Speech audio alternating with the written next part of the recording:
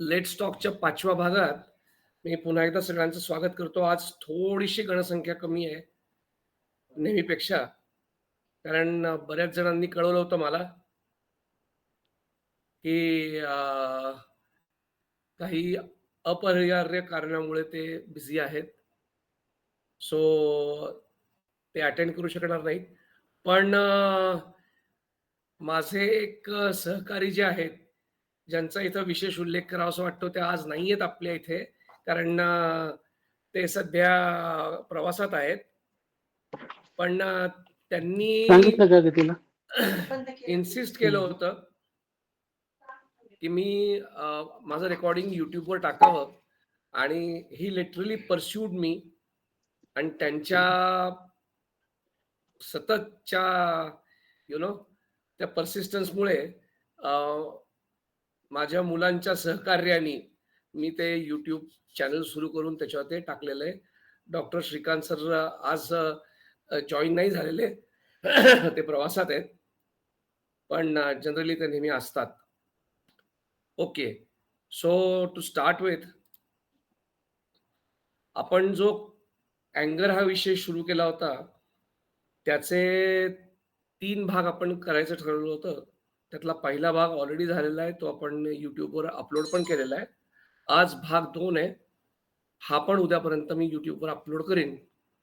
तर आपण भाग 2 सुरू करूया. भाग 1 मध्ये आपण बघितलं अँगर म्हणजे काय? राग म्हणजे काय? मग आपण डिस्कस केलं की तुम्हाला राग येतो का? त्याच्यावर लोकांच्या प्रतिक्रिया आल्या होत्या.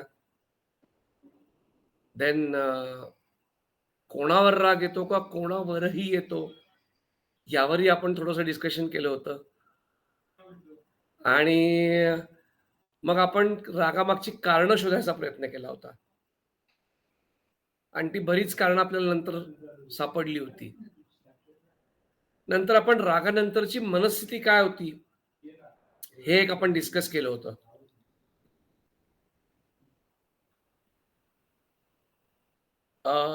डॉक्टर सकट आपले जॉईन झालेले आहेत. Sir welcome. सो रागानंतर काय मनस्थिती होते त्याबाबत आपण थोडंसं बोललो होतो. आज आपण बोलणार आहोत ते 3 भागात बोलणार आहोत. खरं मागच्या वेळेलाच हा सायकोलॉजी ऑफ अँगर, रागाचं मानसशास्त्र हा आपल्याला भाग घ्यायचा होता. तो राहून गेला चर्चेच्या नादात. तर आपण पहिल्यांदा तो तर बघूया. ऐकू येत नाही. ऐकू येत नाहीये का? आवाज येत नाहीये?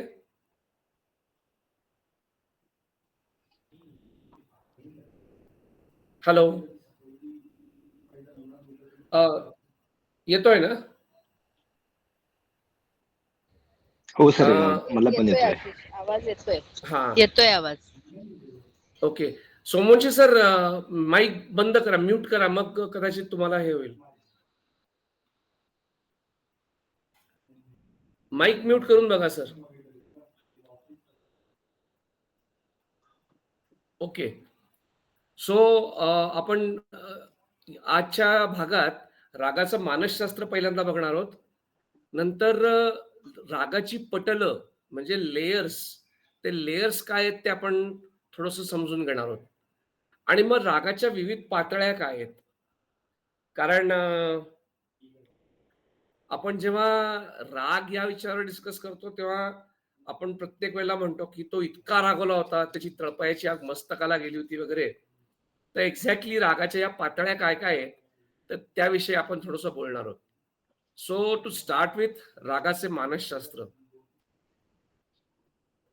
राग म्हणजे होतं काय, की आपण जरी रागीत चेहरा केला ना, तरी आपल्या हृदयाला मेसेज जातो, की हा मनुष्य रागावलेला आहे. आणि मग रक्तप्रवाह, रक्तवाहिन्या ज्या होतात त्या आकुंचन पावतात. हृदयाला एक्सेस ताण पडतो आणि ते पंपिंग, ब्लडचं पंपिंग जोरात सुरू करतं. म्हणून बऱ्याचदा आपण बघितलं असेल, की आपण जेव्हा रागावतो, तेव्हा आपल्या हृदयाची धडधड वाढते. आता मला तुमचं लक्ष वेधून घ्यायचंय ते या गोष्टीकडे, की जर तुम्ही पहिल्या भागात माझ्याबरोबर असाल किंवा नसाल, तो आता भाग मी पुन्हा अपलोड करणार आहे YouTubeवर.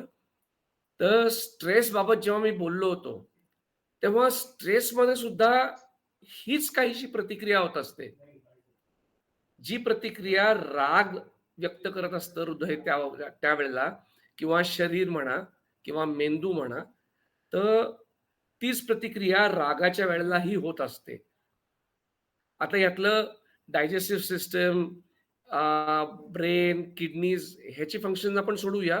पण हृदयाचं काम बघूया. हृदय हाय ब्लड प्रेशरनी काम करतं आणि ब्लड पंपिंगसाठी त्याला एक्स्ट्रा एक्सेस मदत घ्यावी लागते. आता हे जे मी सांगतोय हे सायन्स आहे. ह्यात सायकॉलॉजी काही नाहीये. पण आपण जेव्हा सायन्सचा विचार करतो, सायकॉलॉजीचा विचार करतो, तेव्हा तेही एक शास्त्र आहे आणि सायकॉलॉजी जेव्हा एखादी गोष्ट होत असते इमोशनली, तेव्हा आपल्या शरीरावर काय इफेक्ट होत असतात, ते तुम्हाला मी दाखवायचा प्रयत्न करतोय यातनं. सो क्रोध is almost equivalent to stress. So they are a corollary sort of thing, की राग आला, त्याच्यामुळे स्ट्रेस पण आला किंवा स्ट्रेस आला, तर कदाचित त्यामुळे रागही येऊ शकतो.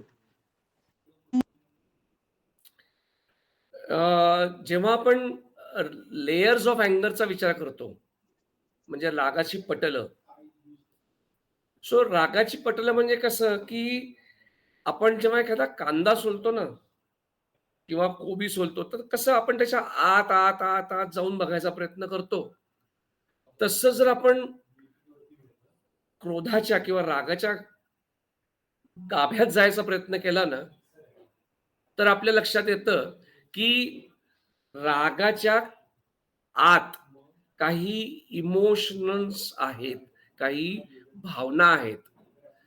जर तुम्हाला चित्र दिसत असेल नीट, तर अँगर आइसबर्ग म्हणून एक फेमस एक एक्सप्लेनेशन आहे, की जसं हिमनगाचं वरचं टोक काहीतरी ते म्हणतात, की फक्त 7 दिसतं, उरलेला सगळा हिमनग खाली असतो.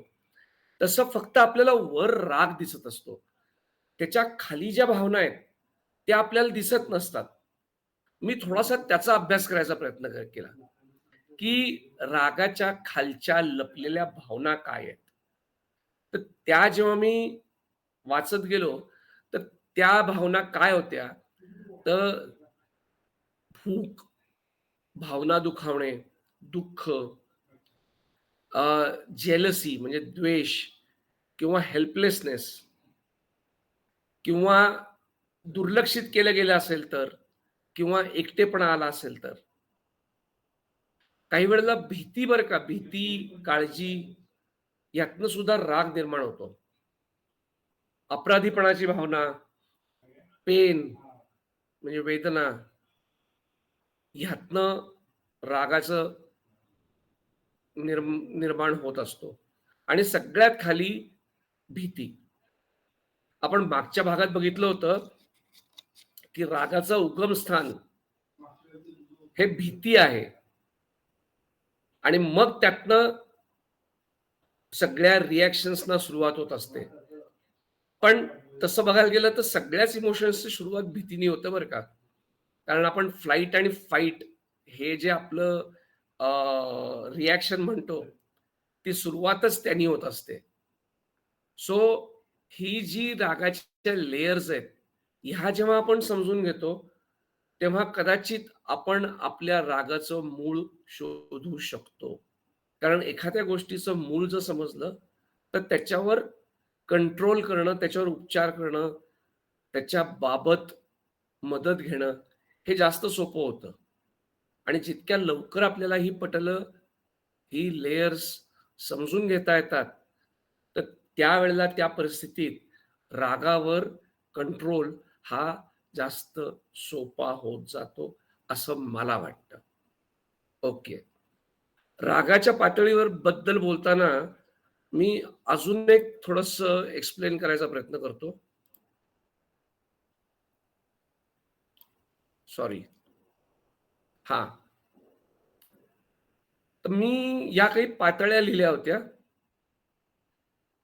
की शांत आहे, नाराज आहे, अस्वस्थ आहे, निराश आहे, रागावलेला आहे किंवा संतप्त आहे. आता इंग्लिशमध्ये त्याला काम, अनॉइड, अपसेट, फ्रस्ट्रेटेड, अँग्री आणि फ्युरियस असं म्हणलंय. आता प्रत्येक पातळीवर जर आपण बघत गेलं ना, तर जेव्हा आपण शांत असतो ना, तेव्हा मन कसं असतं? शांत असतं. दडपण विरहित असतं. ठीक आहे? जेव्हा आपण अनॉइड होतो किंवा नाराज होतो, त्यावेळेला कदाचित मनात भावना असते, की काहीतरी खातंय मला आतनं, काहीतरी काहीतरी चुकतंय आणि हे जर असंच राहिलं, तर मात्र मला राग येईल. आता त्यावेळेला रेसिप्रोकेटिव्ह शरीराची रिएक्शन काय आहे? माझा चेहरा थोडा गरम वाटतोय, आवाजाचा स्वर थोडा वाढलेला आहे. किंचित टोन वाढलेला आहे माझा. अच्छा हे मी जे सांगतोय हे असंच होईल हे जरुरी नाहीये बरं का. म्हणजे don't take it as a gospel.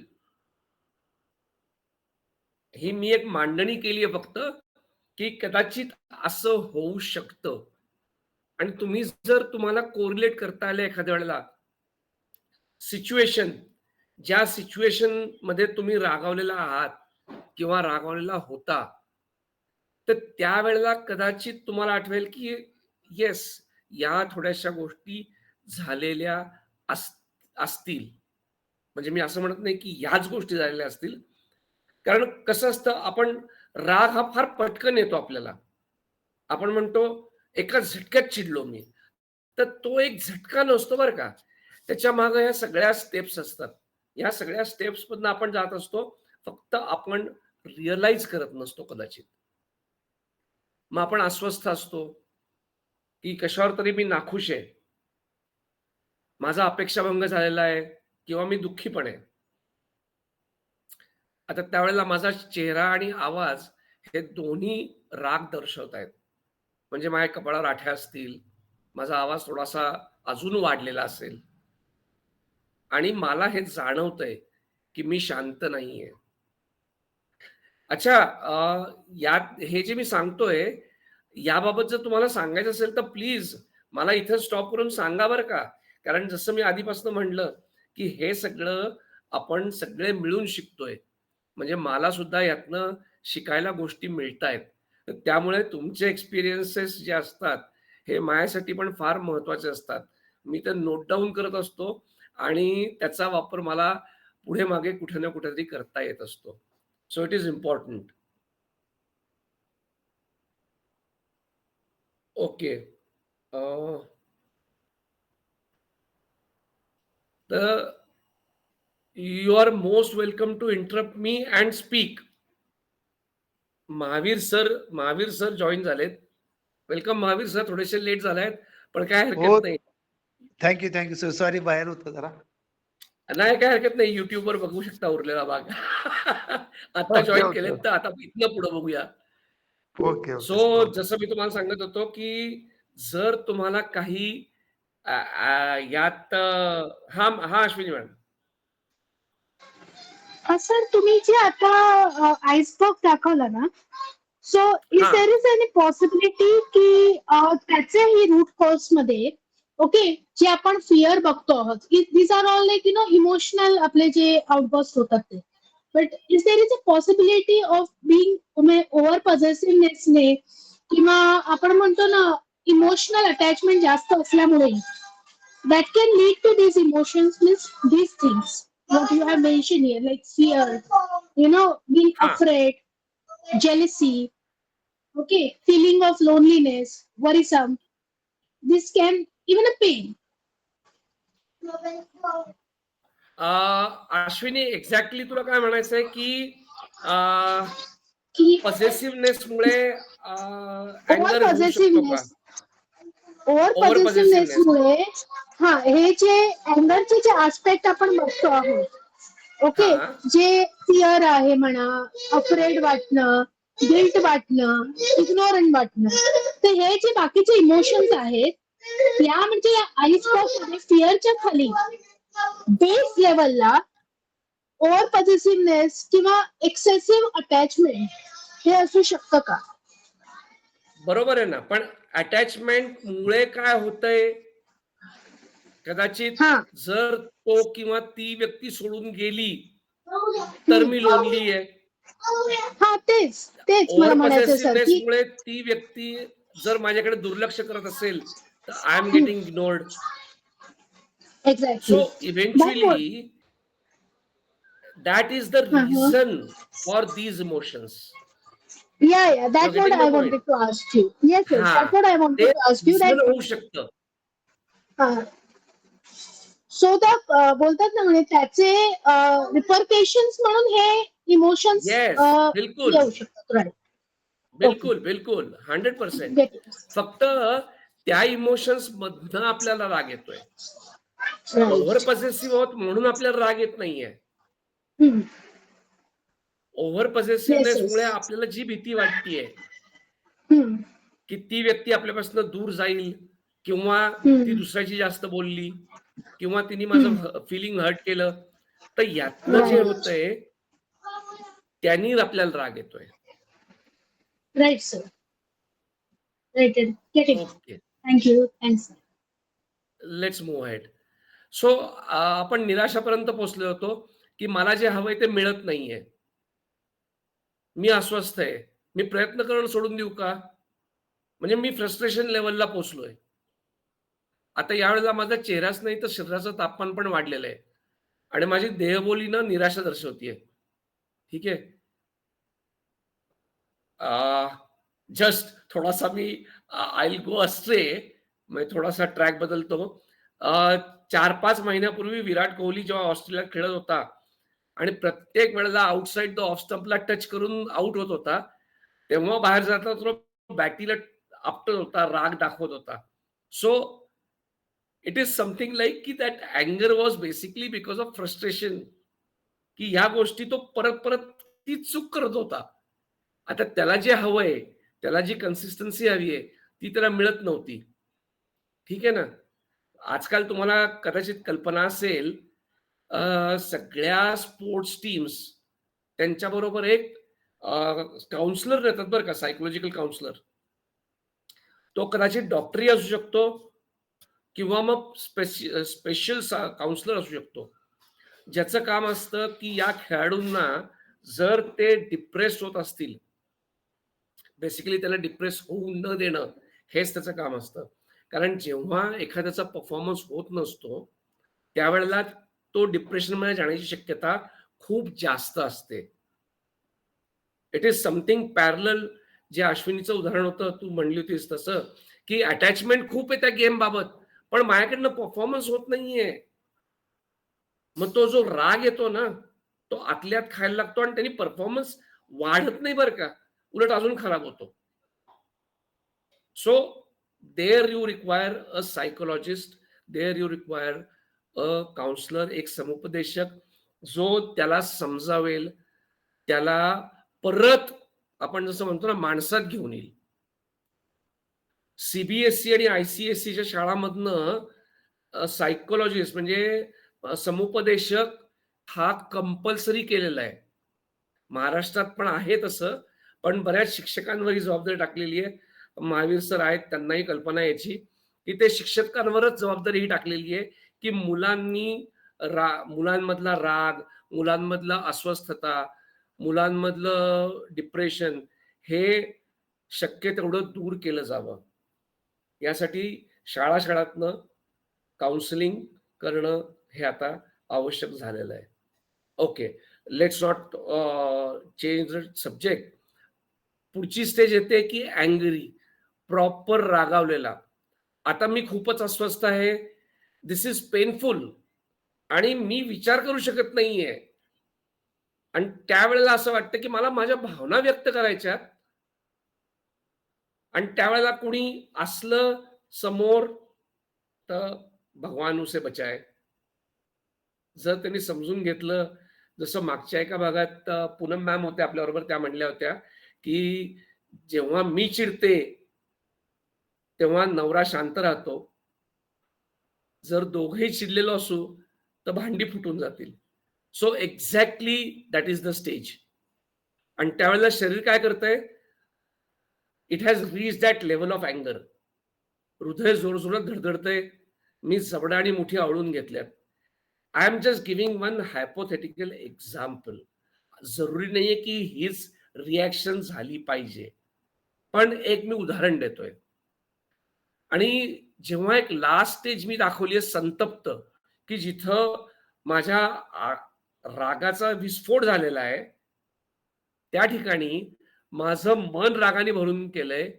मला राग व्यक्त करायचा आहे आणि त्यावेळेला मात्र माझ्याकडनं असं काही कृत्य होऊ शकेल, की ज्यामुळे मी स्वतः किंवा इतर कुणी दुखावलं जाऊ शकेल. मानसिकरित्या किंवा शारीरिकरित्या सुद्धा. So at times, most suicides they do happen in wake of depression or anger. काही मर्डर्स किंवा काही मारहाण प्रकरणं ही सुद्धा रागातनच होतात. आणि म्हणूनच म्हटलं जातं की अँगर इज अ टेम्पररी मॅडनेस असं एक म्हणलं जातं. एका इंग्लिशमध्ये म्हण आहे की अँगर इज अ टेम्पररी मॅडनेस, की तुम्हाला कल्पना नसते की तुम्ही काय करताय. ओके, नाव कमिंग टू, एक मी थर्मोमीटर काढायचा प्रयत्न केला बरं का, की नक्की राग आपला कसा वाढतो आणि काय काय होत असतं त्या वाढतानाच्या रागात. तर पहिली स्टेज आहे की मी शांत आहे. ठीक आहे, आय एम काम. नंतर काय होतं की मी थोडासा डिफेन्सिव्ह बनतो. माझं म्हणणं कुणाला पटत नाहीये हे मी ऍक्सेप्ट करू शकत नाही. मग मी बचावात्मक पवित्रा घेतो आणि मग वाद होतात. ठीक आहे, म्हणजे I am trying to defend something. मध्ये मग परत 4 आणि 5 स्टेप्स जातात. त्याच्या पुढची स्टेप येते की आता माझा आवाज वाढलेला आहे आणि मी बोलता बोलता मध्येच ओरडतोय. पण जस्ट ट्राय टू कोरिलेट बरं का, की ह्या गोष्टी जेव्हा तुम्ही राग येतो तेव्हा ह्या गोष्टी होतात का, जर आठवून बघा. तुमच्या लक्षात येईल की येस, या स्टेजेस मधनं आपण जात असतो. ठीक आहे, फक्त या स्टेजेस मधनं आपण, काही लोक थोडे हळू जातात, काही लोक फार पटकन पोहोचतात त्या स्टेजला. अपमानास्पद भाषा, शिवीगाळ, खास करून जेव्हा 2 व्हीलर आणि 4 व्हीलरचे रोड रेज ज्याला म्हणतो आपण, ट्रॅफिकमध्ये जेव्हा या गोष्टी होतात. मी परवा द्रविडचा भांडतानाचा व्हिडिओ पाहिला.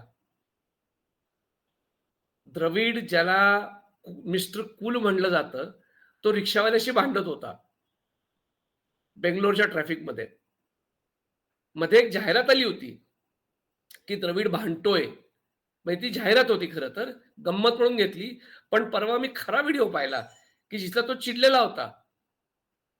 So now comes the point की इज इट एज रिलेटेड? कारण द्रविड मस्ट बी 50+. तर त्यावेळेला तो जास्त कंट्रोल करू शकतो होता राग, आणि आता कंट्रोल होत नाहीये. आपल्या पाहण्यात आलं असेल की म्हातारी माणसं थोडी लवकर चिडतात. म्हातारी माणसं शांत व्हायच्याऐवजी लवकर का चिडतात हे मला कळलेलं नाहीये. त्यांना तर एक्सपिरियन्स असतो, आयुष्यभराचा एक्सपिरियन्स असतो. त्यांना लोकांना कसं हँडल करायचं कळत असतं. पण ती लवकर चिडतात, त्यांना पटकन राग येतो. व्हेअरएज अर्थात तरुण माणसांनाही त्याच्यापेक्षा जास्त लवकर राग येतो, हेही मी पाहिलंय. सो एज रिलेटेड राग आहे ह्याच्यावर माझा विश्वास नाही. ऍक्च्युली हा पुढच्या लेक्चरचा भाग आहे की राग हा जेंडर बेस्ड आहे का, राग हा एज बेस्ड आहे का, राग हा फक्त सिच्युएशन बेस्ड आहे. हे आपण पुढच्या भागात बघणारच आहोत डिटेलमध्ये. बट जस्ट मला हे आठवलं म्हणून मी म्हटलं की तुमच्याशी शेअर करावं. अच्छा, आणि लास्ट स्टेज जी आहे ती म्हणजे बळाचा वापर. शारीरिक हल्ला होऊ शकतो, समथिंग लाईक दॅट. ठीक आहे, आता ह्या ज्या मी स्टेप्स तुम्हाला दाखवल्यात, 1 2 3 4 5, ह्या 5 स्टेप्स काही लोक एकाच झटक्यात जातात, आता त्याची उदाहरणं मी नंतर डिस्कस करणार आहे तुमच्याशी. ठीक आहे ना? काही लोक हळू जातात. मग आपण त्यांना म्हणतो, की "अरे किती शांत मनुष्य आहे हा." सचिन तेंडुलकर. कितीही बॅट्स बॉलर्स त्याला स्लेजिंग करायचे, ऑस्ट्रेलियन्स त्याला स्लेजिंग करायचे. तो शांतपणे खेळायचा. राहुल द्रविड, तो कधीही चिडलेला मला दिसला नाही. एक्झॅक्टली उलटा गौतम गंभीर, नाव गंभीर, चिडका सगळ्यात जास्त. विराट कोहली, बरीच उदाहरणं आहेत. मी आता क्रिकेट माझा आवडता गेम म्हणून मी क्रिकेटमधली उदाहरणं दिली. बट अशी खूप उदाहरणं आहेत. पुण्यात काही वर्षापूर्वी संतोष माने प्रकरण झालं होतं. कदाचित 10 वर्ष होऊन गेली असतील त्याला. मला एक्झॅक्टली आता आठवत नाही. तो त्याला सुट्टी दिली नाही का त्याला त्याची बस घेऊन जायला परवानगी दिली नाही. जिथं त्याचं गाव होतं, जिथं त्याला राहायचं होतं. म्हणून त्यांनी बस पळवली आणि रॉंग साइडनी चालवत गेला तो ती बस. आणि पुण्यात जवळ एक 10-12 माणसं त्यांनी मारली होती त्या बस खाली. मग पोलीस त्याच्या मागे लागले. त्यांनी फायरिंग पण केलं 2 पोलिसांनी. काही केल्या ती बस थांबवता येईना. मग कोणीतरी गाडीमध्ये घातली आणि मग जाऊन त्याला पकडला. मग त्याला मारला-बिरला, अटक केली. त्याला फाशीची शिक्षा झाली असं कळलं. मग त्यांनी असं काहीतरी सांगितलं, की माझं मानसिक तोल बिघडला होता. कोर्टाने त्याच्यावर काही आय थिंक कॉग्निझन्स घेतला नाही आणि त्याची he was given I think to be hang by death, hang till death. पण आता मला त्याची केसची पूर्ण आता आठवत नाहीये. काय प्रेझेंट सिच्युएशन आहे. अनदर केस दिल्लीला झालेली. ही जवळ 20 वर्षापूर्वीची आहे. जेसिका लाल. जेसिका लालची केस तर म्हणजे रागाचं आयडियल उदाहरण आहे. तो कोण मन्नू यादव का कोण होता तो एमपीचा मुलगा का एमएलएचा मुलगा, त्याला दारू सर्व्ह करायला नकार दिला कारण वेळ संपली होती. यांनी सरळ पिस्तूल काढून तिला गोळी घातली पॉइंट ब्लँक रेंजनी. आई कुठनं येतो एवढा राग? म्हणजे समोरच्या मनुष्याला काय हानी पोहोचेल याचा विचारही नाही करू शकत आपण रागाच्या भरात. दिस इज अनइमॅजिनेबल. किंवा आय मस्ट से की हा प्रेरणा मॅम बोला. इथे हा छान चाललंय आपलं सगळं, पण इथे मी असं विचारू शकते की हा इगो चा भाग सुद्धा असू शकतो ना, राग येणं की मला नाही कसं म्हटलं आहे, हा जो एक सिव्हिअर आपण म्हणू हा प्रकार इगोचा. बिलकुल. Now I will ask you question. एखादी गोष्ट जर मी तुम्हाला नाही म्हटलं तर तुम्ही मला गोळी घालाल का? हातात पिस्तूल असली तरी नाही, नाही. आपण सरासरी एक्झॅक्टली. विचार करू. येस, एक्झॅक्टली माय पॉइंट. एक्झॅक्टली माय पॉइंट. की तुम्ही सारासार बुद्धीचा वापर कराल. तुम्हाला जरी राग आला तरी तुम्ही थोडासा विचार कराल. तुमच्या हातात पिस्तूल असली, तुमचा राग तुम्ही त्या लेवलला जरी गेला असला तरी तुम्ही गोळी घालू शकणार नाही कोणाला. सर एक हा एक बोलू शकतो या विषयावर मला. हा प्लीज सर प्लीज. हा या क्षणामध्ये कदाचित एज्युकेशन फॅक्टर येऊ शकतं का? म्हणजे ती व्यक्ती जर सर मी तुम्हाला इथं का थांबवतो कारण हा भाग आपण पुढच्या डिस्कस करायचा आहे.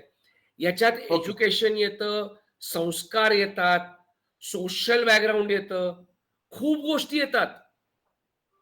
What you are saying is 100% right. खूप गोष्टी आहेत याच्या मागं कारण असू शकतात.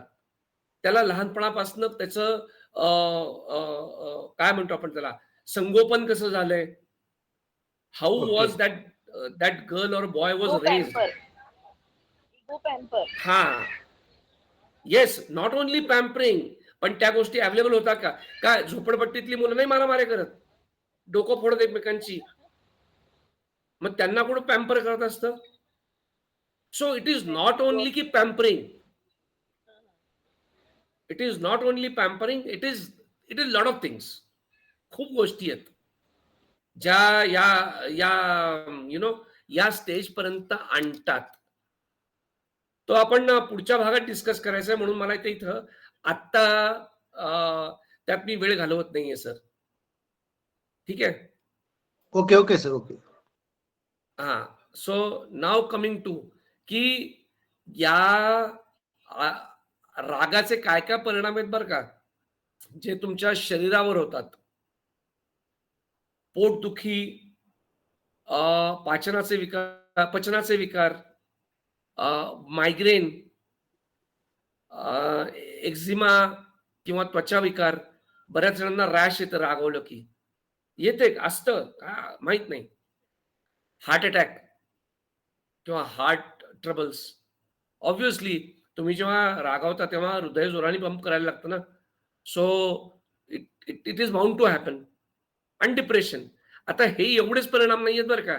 हे जस्ट मी तुम्हाला आपण जे म्हणतो ना टोकन परिणाम दाखवलेत. ह्याचे दूरगामी परिणाम सुद्धा असतात. कारण राग तुमच्यात निगेटिव्हिटी वाढवतो. And Wien it increases negativity, तेव्हा तुमच्या बॉडीला अजून बरेच अफेक्ट्स होतात. ठीक आहे.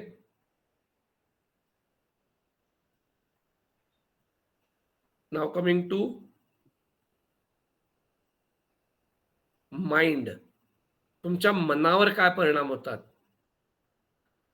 तुमच्या नातेसंबंधांवर परिणाम होतात, तुमच्या वर्किंग ॲबिलिटी आणि क्रिएटिव्हिटीवर परिणाम होतात. जास्त चिडकी माणसं कलाकार असणं फार रेअर आहे बरं का. म्हणजे त्यांच्या सर्जनशीलतेवर परिणाम होतोच. कारण त्यांना जितका शांत असेल मनुष्य, तो जास्त चांगलं काम करतो, तो जास्त चांगल्या गोष्टी क्रिएट करतो. काही वेळेला तुम्ही ज्यांची चूक नसते त्यांच्याही भावना दुखावता. काही वेळेला बुमरँग होतो तो राग आपल्यावरच. आता हे सगळ्या गोष्टी जसं मी सांगतोय अगेन, या एवढ्याच नाही आहेत. याच्यात अजूनही खूप गोष्टी आहेत. But I am just giving you few examples of it. आणि म्हणूनच तिसरा भाग जो आहे, जो आपल्याला बघायचा आहे की आपण या रागाचं मॅनेजमेंट कसं करायचंय.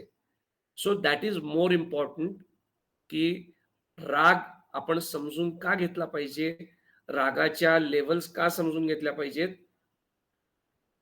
ज्यामुळे आपल्याला त्याचं मॅनेजमेंट सोपं जाईल. मला 2 छान कोट्स मिळाले होते, म्हणून म्हटलं ते संपवताना ते नक्की तुम्हाला दाखवावेत.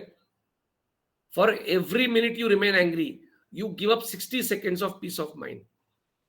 Actually it's one and the same, पण ते म्हणताना इतकं छान वाटतं की 1 मिनिट जेव्हा तुम्ही रागात असता तेव्हा 60 सेकंदाचं शांती घालवता. So true.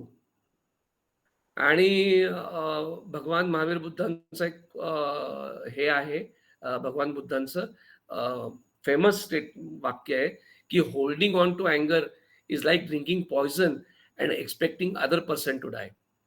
हे राग मनात धरणं म्हणजे स्वतः विष पिणं आहे आणि एक्सपेक्ट करणं आहे की समोरचा मनुष्य मरेल, ज्या मनुष्यावर तुमचा राग आहे. राग तुम्हालाच अफेक्ट करणार आहे, समोरच्याला कधीच अफेक्ट करणार नाहीये. त्याला काहीही फरक पडणार नाहीये. जशी मी मागच्या वेळेला जी गोष्ट सांगितली होती की भगवान बुद्धांना शिव्या दिल्या, ते म्हणले मी नाही घेतल्या. त्यांनी दिल्या मला शिव्या, मी त्या ऍक्सेप्ट नाही केल्या. मध्ये व्हॉट्सअप युनिव्हर्सिटीवर एक गोष्ट फिरत होती की एक टॅक्सी ड्रायव्हर होता, तो त्याच्या क्लायंटला घेऊन चालला होता, गिरायकाला घेऊन. तर समोर एका मागनं येणाऱ्या टॅक्सीने गाडीने त्याला ओव्हरटेक केलं. आधी हॉर्न वाजवला 2-3दा. ह्यांनी साईड दिल्यावर त्यांनी त्याला ओव्हरटेक केलं आणि जाता त्या ड्रायव्हरनी खूप आरडाओरडा केला, शिव्या दिल्या. तो म्हणजे असं त्याला, आणि या टॅक्सी ड्रायव्हरनी फक्त त्याला शांतपणे हसून काय हाय केलं किंवा काय जे काय असेल ते. तो मागचा तो जो बसला होता टॅक्सीत गिऱ्हाईक ते म्हणलं, "अरे, तो मनुष्य एवढा आरडाओरडा करून गेला आणि तू फक्त हसलास." तो म्हणला, "हे असे गार्बेज ट्रक असतात ना, कचरा वाहणारे ट्रक, हे खूप मिळतात. त्यांच्या गा त्यांच्या मनात कचरा साठलेला असतो. त्यांना तो कुठेतरी अनलोड करायचा असतो. आता त्यांनी तो माझ्यावर अनलोड केला म्हणजे तो ऑफिसमध्ये जाऊन त्याच्या ज्युनियर्सना त्रास देणार नाही. मला काही फरक नाही पडला.